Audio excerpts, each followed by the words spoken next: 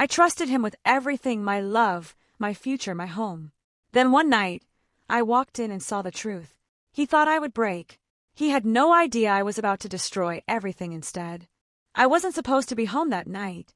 That's what I kept telling myself as I stood outside my apartment door, keys frozen halfway to the lock, my heartbeat pounding so loudly it felt like it might echo down the hallway.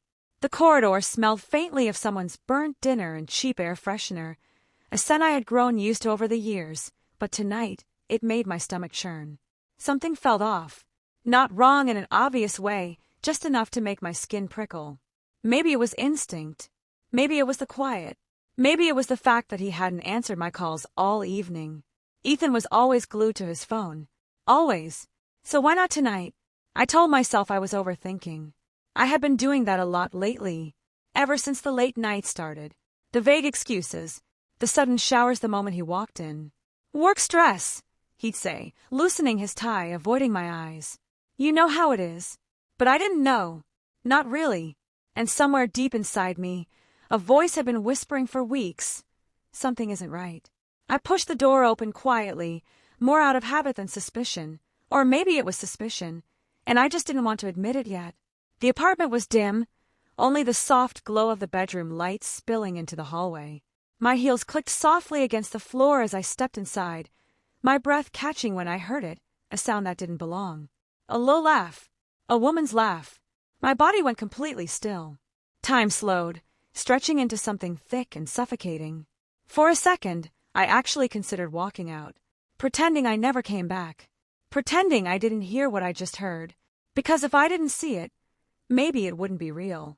But my feet moved on their own, carrying me down the hallway like I was watching myself from outside my body. Each step felt heavier than the last, like gravity itself was trying to pull me back, warn me, stop me. But it was too late. I reached the bedroom door. It was slightly open. Just enough for everything to shatter. I pushed it open slowly, and there he was. Ethan, the man I had loved for 4 years, the man I had built a life with, the man I thought I would marry. And he wasn't alone. She was tangled in our sheets, wearing my robe, the one I bought last winter because he said I looked beautiful in it. Her hair spilled over my pillow, her hand resting on his chest like she belonged there. Like I didn't exist. For a moment, no one noticed me. And that was the worst part. I stood there, invisible in my own life, watching a scene that felt like it belonged to someone else's nightmare. My mind didn't scream. My heart didn't break, not immediately. It was quieter than that. Colder. Like something inside me simply shut off. Then Ethan looked up, and everything changed. His face drained of color so fast it was almost impressive. "Lena," he started, his voice cracking, scrambling upright like a guilty child caught in the act. The girl beside him froze, her expression shifting from confusion to panic as she pulled the blanket over herself. I didn't say anything at first. I just looked at them. Really looked. And suddenly, all the little things started connecting. The late nights, the lies, the distance, the way he stopped touching me like he used to. It all made sense now. Every single piece. "How long?" I asked finally, my voice so calm it surprised even me. Ethan blinked, clearly not expecting that. "Lena, this isn't what it looks like." I let out a small laugh, sharp and humorless. "Really? Because it looks exactly like what it is." The girl avoided my gaze, clutching the blanket tighter. I noticed then, she was younger than me. Of course she was. That cliché almost made me smile. Almost. "I asked how long," I repeated, stepping further into the room. Ethan ran a hand through his hair, his usual confidence completely gone. "It just happened," he muttered. That was it. That was his answer. Something inside me cracked then. Not loudly, not dramatically, but deep enough that I knew I would never be the same again. "It just happened," I echoed softly. For years of love, trust, sacrifices reduced to it just happened. I walked over to the dresser, my movements slow, controlled. I could feel their eyes on me, waiting. For what, I wasn't sure. A breakdown? Screaming? Tears? But none of that came. Because what they didn't understand, what Ethan didn't understand, was that I had already cried for this relationship. Weeks ago. In silence. Alone. Tonight wasn't about heartbreak anymore. It was about clarity. I picked up my phone from the dresser, glancing at my reflection in the mirror. My face looked pale but steady, stronger than I felt, stronger than I had ever been. "Get dressed," I said calmly. Ethan frowned. "What?" "Both of you," I clarified, my tone leaving no room for argument. "You're leaving." The girl didn't hesitate. She scrambled out of bed, grabbing her clothes, avoiding eye contact as she rushed past me. Ethan, however, stayed where he was. "Lena, wait! Can't we just talk about this?" he said, his voice softening, slipping into that familiar tone he used whenever he wanted to fix things without actually fixing them. "There's nothing to talk about," I replied. "You made your choice." "It didn't mean anything," he insisted. That made me pause. I turned to look at him fully then, really seeing him for the first time, not as the man I loved, but as the man he actually was. And for the first time, I felt nothing. No love. No anger. Just emptiness. "That's the problem," I said quietly. "It should have." The silence that followed was suffocating. The girl had already slipped out of the apartment, the door closing softly behind her, leaving just the two of us in the wreckage of what used to be our life. Ethan finally got out of bed, grabbing his clothes. "We can fix this," he said, but there was hesitation now, doubt creeping into his voice. He knew. Deep down, he knew. I shook my head slowly. "No," I said. "We can't." And for a moment, I saw something flicker in his eyes, fear. Real fear. Because he realized something I had already accepted. I wasn't going to beg. I wasn't going to cry. I wasn't going to fight for him. I was done. But what he didn't realize, what neither of them realized, was that this wasn't the end. Not even close. Because as I stood there, watching him pack his things, a different kind of feeling started to grow inside me. Not heartbreak. Not sadness. Something sharper. Colder. More dangerous. A plan. And by the time Ethan walked out that door, thinking he had gotten away with just a breakup, he had no idea that walking out of my life would be the biggest mistake he would ever make. The silence he left behind wasn't peaceful. It was heavy, suffocating, like the walls themselves were holding their breath, waiting to see what I would do next. I didn't move for a long time after the door clicked shut behind Ethan. I just stood there in the middle of the bedroom, staring at the crumpled sheets, the faint imprint of two bodies still visible like a ghost of what had just happened. The air smelled wrong, like perfume that didn't belong to me mixed with something bitter, something broken. Slowly, I walked over to the bed and sat down, my fingers brushing against the fabric of my robe still tangled in the sheets. For a second, just one, I felt it. That sharp sting in my chest, the kind that steals your breath and threatens to bring everything crashing down. But I didn't let it. I closed my eyes, inhaled deeply and forced it back. Crying was easy. Falling apart was easy. But I wasn't going to be easy. Not anymore. Because somewhere between the moment I opened that door and the moment he walked out, something inside me had shifted permanently. I wasn't the same woman he had lied to, taken for granted, and betrayed. That version of me was gone. And in her place was someone he didn't know. Someone he would regret underestimating. I stood up and began cleaning. Not because I cared about the mess, but because I needed control. Every pillow I fixed, every sheet I stripped, every trace of her I erased felt like reclaiming a piece of myself. By the time I was done, the room looked untouched, like nothing had happened. But I knew better, and soon so would he. I picked up my phone, scrolling through my messages until I found his name. Dozens of texts from earlier in the day, casual, normal, meaningless now. I stared at them for a moment before typing a reply. "You forgot your watch. Come get it tomorrow." Simple. Neutral. No anger. No emotion. Exactly what he wouldn't expect. The typing bubble appeared almost instantly. Of course it did. "Lena, can we talk?" I smiled faintly, placing the phone down without responding. Let him wonder. Let him sit with the discomfort, the uncertainty. That was just the beginning. The next morning, I woke up before my alarm, the early sunlight spilling softly through the curtains. For a moment, everything felt normal, like any other day. And then I remembered. But instead of the familiar wave of pain, there was something else. Focus. Sharp, clear, almost dangerous. I got out of bed and started my routine. Shower, coffee, getting dressed. But everything felt different now, more intentional. I chose my outfit carefully, something simple but striking. Confidence wasn't just a feeling. It was a weapon. And today, I was going to use it. When the doorbell rang, I was ready. Ethan stood on the other side, looking like he hadn't slept. His hair was messy, his eyes tired, his usual charm replaced with something uncertain. Good. I opened the door slowly, leaning casually against the frame. "You're early," I said calmly. He studied my face, clearly searching for something. Anger, sadness, anything, but finding none. "I didn't know if you'd still be here," he admitted. "It's my apartment," I replied simply, stepping aside to let him in. He walked in hesitantly, like a stranger in a place he used to belong. The shift in power was almost tangible. "Your watch is on the table," I said, gesturing toward the living room. He picked it up but didn't leave. Of course he didn't. "Lena, about last night."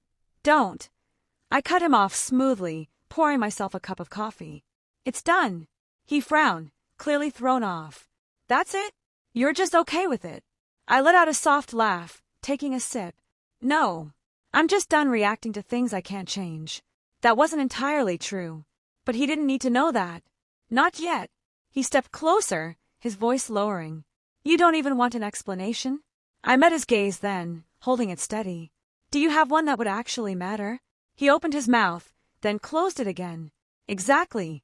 Silence stretched between us, thick with everything left unsaid. Finally, he sighed. "I messed up," he said quietly. "It didn't mean anything." There it was again. That same excuse. That same pathetic attempt to minimize what he did. But this time it didn't hurt. It almost amused me. "You keep saying that like it makes it better," I said, tilting my head slightly. "It actually makes it worse." He looked confused. "How?" "Because if it meant nothing," I replied softly, stepping closer to him, "then you threw away 4 years for nothing." That hit. I saw it in his expression, the way his jaw tightened, the way his eyes flickered. Good. Let it sink in. "Lena," he started, reaching for my hand, but I stepped back before he could touch me. "You should go," I said calmly. "We're not doing this." "Doing what?" "Pretending this is fixable." My tone was final, firm, unshakable. And for the first time I saw it. He realized he was losing me. Not temporarily. Not in a way he could charm or apologize his way out of. But completely. Permanently. And it scared him. He nodded slowly, defeated. "If you change your mind," he said, trailing off. I didn't respond. I just watched him walk to the door, hesitating for a moment before leaving again. This time, it felt different. Final. But also just the beginning. Because the moment the door closed, I picked up my phone again. And this time, I didn't hesitate. I opened social media, scrolling through Ethan's profile, then hers. It didn't take long to find her. Tagged photos, mutual connections, a digital trail of carelessness. Her name was Chloe. Of course it was. Pretty, polished, curated life. The kind that looked perfect on the surface. But perfection was fragile. And I knew exactly how to crack it. I leaned back on the couch, a slow smile forming as the pieces of my plan began to fall into place. This wasn't going to be loud. It wasn't going to be messy. No screaming, no public scenes, no dramatic confrontations. No, this was going to be something much worse. Something they wouldn't see coming until it was too late. Because heartbreak fades, but consequences stay. And as I stared at their pictures, their smiles, their carefully crafted lies, I made a promise to myself. I wasn't going to ruin their lives. I was going to let them do it themselves. All I had to do was give them the right push. Revenge, I realized, wasn't about anger. It was about patience, precision, and timing. Anyone could lash out, scream, or expose everything in a moment of rage, but that kind of reaction burns fast and dies even faster. I didn't want that. I wanted something that lingered. Something that crept under their skin slowly, quietly, until it was all they could think about. So instead of acting immediately, I waited. 3 days, to be exact. 3 days of silence. No messages. No calls. No signs that I was even thinking about them. And that silence, it did exactly what I knew it would. It unsettled Ethan. He texted twice the first day, 4 times the second. By the 3rd day, he called. I watched his name flash across my screen, my phone vibrating softly against the table as I sipped my coffee like it was just another normal morning. I didn't answer. Not yet. Let him feel ignored. Let him feel uncertain. Let him wonder if I had already moved on. Or worse, if I didn't care at all. Because for someone like Ethan, indifference was more painful than anger. That afternoon, I made my first move, not toward him, but toward her. Chloe. I had spent the past few days learning everything about her without her even knowing I existed. Her social media was an open book, perfectly filtered photos, smiling captions, a life that looked flawless at a glance. But if you looked closer, patterns started to emerge. The same restaurant she had posted from 2 weeks ago. Ethan had told me he was working late that night. The same bracelet she wore in multiple pictures. I had seen it sitting on my nightstand once, and he told me it belonged to a co-worker who forgot it. The lies weren't just his. They were theirs. That made this easier. I created a new account. Simple. Clean. No personal details. Just enough to look real. And then I followed her. Not immediately suspicious. Just another face in the endless crowd of online strangers. Within minutes, she accepted. Of course she did. People like her always did. They thrived on attention, on validation. I scrolled through her stories, watching her life unfold in short, curated clips. There she was, laughing with friends, sipping coffee, pretending everything was perfect. It almost impressed me how easily she could separate reality from illusion. But illusions only work when no one challenges them. And I was about to shatter hers piece by piece. I didn't message her right away. No, that would have been too obvious. Instead, I started small, liking a post, reacting to a story, just enough to exist on her radar without raising suspicion. Then, late that night, I sent the first message. You don't know me, but I think you should be careful. I stared at the screen after hitting send, my pulse steady, my mind calm. There was no turning back now. The message was vague enough to spark curiosity, but not enough to reveal anything. Exactly what I wanted. It didn't take long for her to reply. Who is this? I smiled slightly. Right on cue. Someone who knows more than you think. I typed back. Then I put my phone down. Let her sit with it. Let her imagination do the work for me. People fear what they don't understand far more than what they do. The next morning, I woke up to multiple messages from her. Confused, slightly defensive, curious, perfect. Meanwhile, Ethan had called again. This time I answered, Hello. My voice was soft, controlled, like nothing had changed. Lena, he exhaled, relief flooding his tone. Thank God. I've been trying to reach you. I've been busy. I replied simply. A pause. Can we meet? He asked. I leaned back against my chair, glancing at the unread messages from Chloe. Why? Because us, it can't just end like this, he said, his voice tight with desperation now. We need to talk. I let the silence stretch, just long enough to make him uncomfortable. Fine, I said finally. Tonight. Same place. The same restaurant where we had our first date. The irony wasn't lost on me. And something told me it wouldn't be lost on him either. When I hung up, I picked up my phone again and opened Chloe's messages. She was still asking questions, still trying to figure out who I was, still completely unaware that she was already part of something much bigger than she understood. This time, I replied differently. Ask Ethan where he was 3 nights ago. Then I turned off my phone completely. No more messages. No more hints. Just enough information to plant doubt. And doubt was the most powerful weapon of all. That evening, as I got ready to meet Ethan, I took my time. Every detail mattered. The way I looked, the way I spoke, the way I carried myself. Because tonight wasn't about closure. It was about control. And by the time I walked into that restaurant, spotting Ethan already waiting at our old table, checking his phone nervously, I knew something he didn't. This wasn't just a conversation. This was the moment everything would start to unravel. Not with a scream, not with a fight, but with a quiet, calculated shift that neither of them would see coming until it was far too late.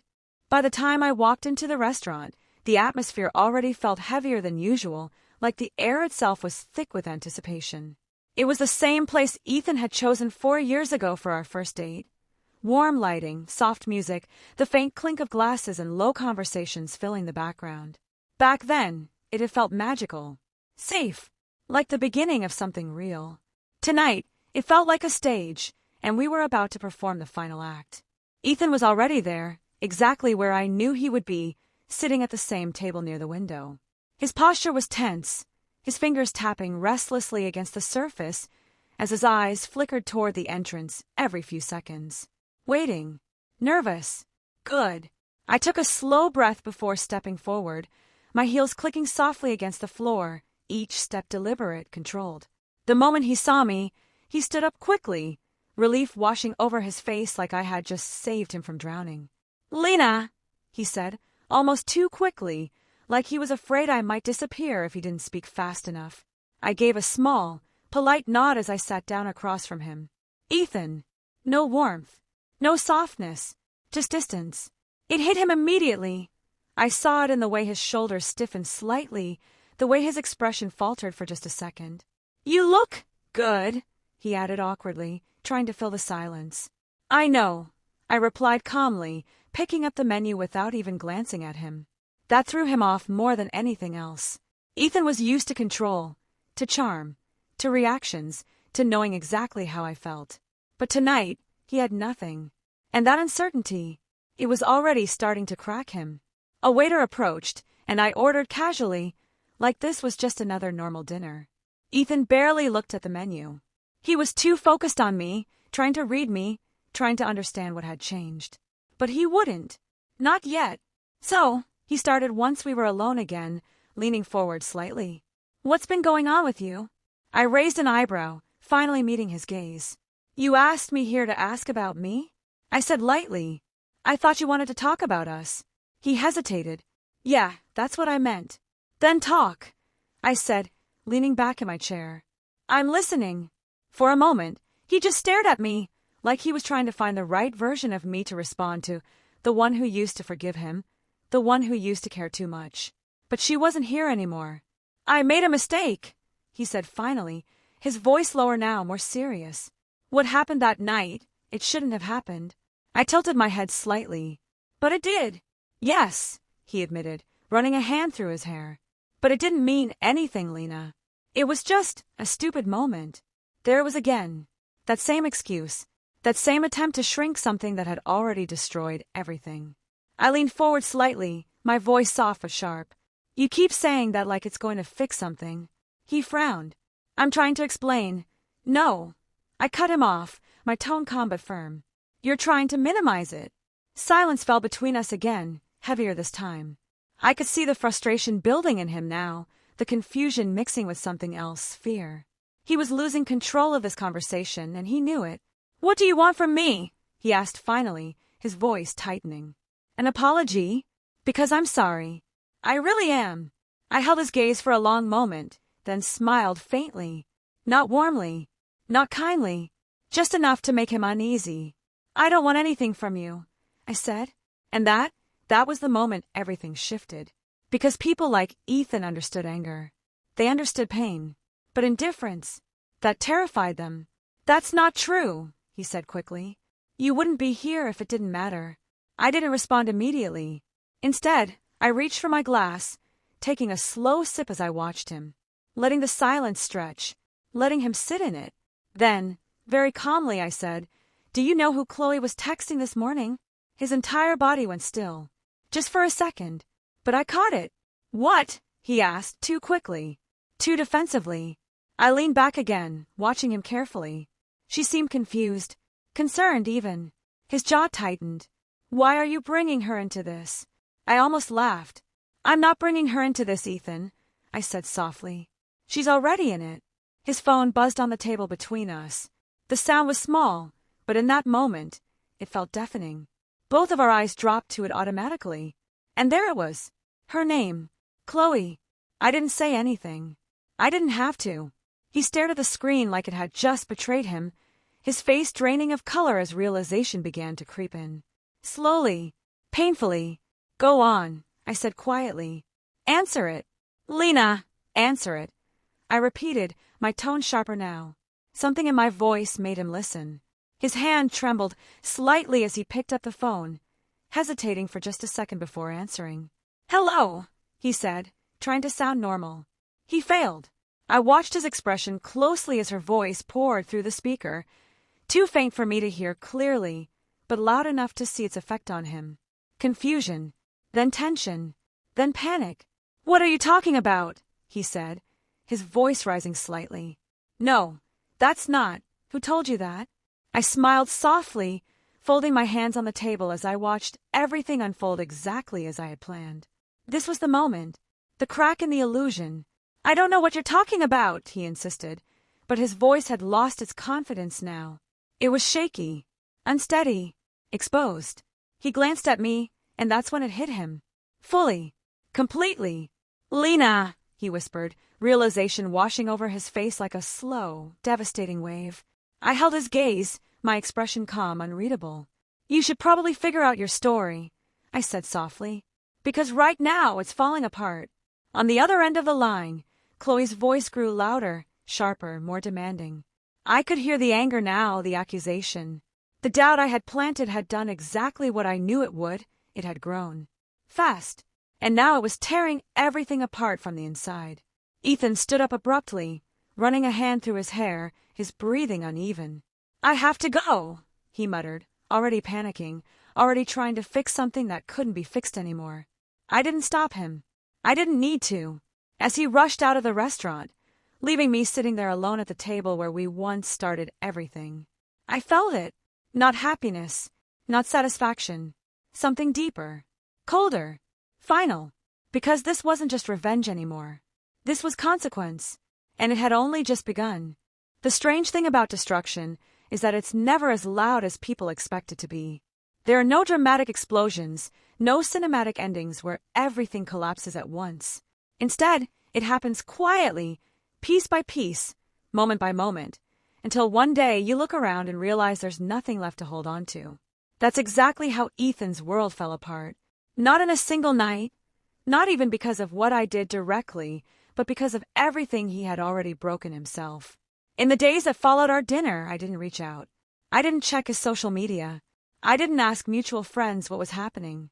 I let the silence do its work. And yet, somehow, the chaos still found its way back to me. It started with a message, not from him, but from Chloe. "I know it was you."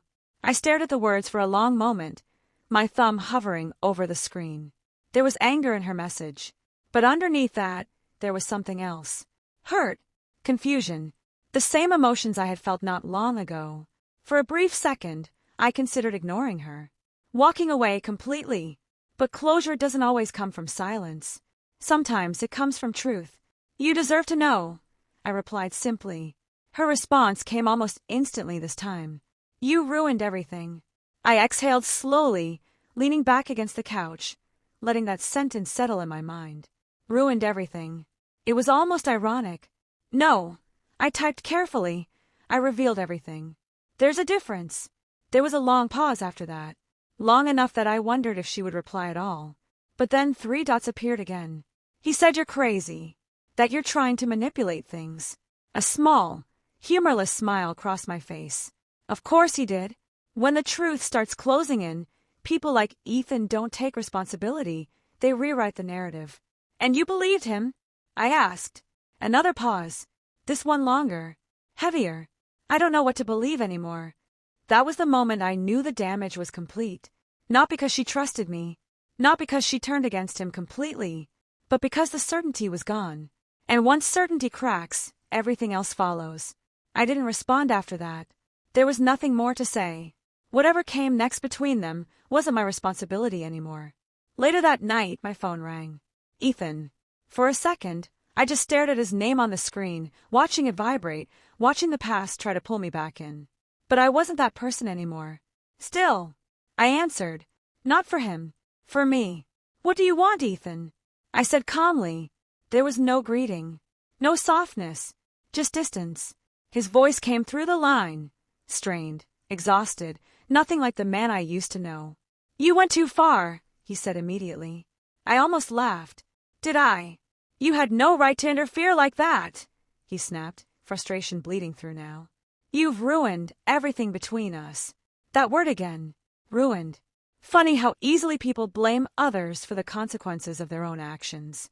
"There was no us to ruin," I replied quietly. Silence. Then, more quietly, almost broken, he said, "You didn't have to do this."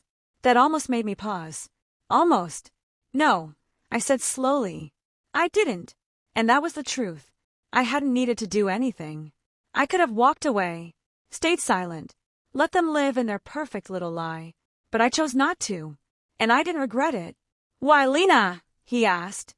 His voice softer now, stripped of anger, stripped of ego. "Just tired. Why would you do this?" I closed my eyes for a moment, letting the question settle. Not because I didn't know the answer, but because I wanted to say it right. "Because you didn't just cheat on me," I said finally, my voice steady but quiet.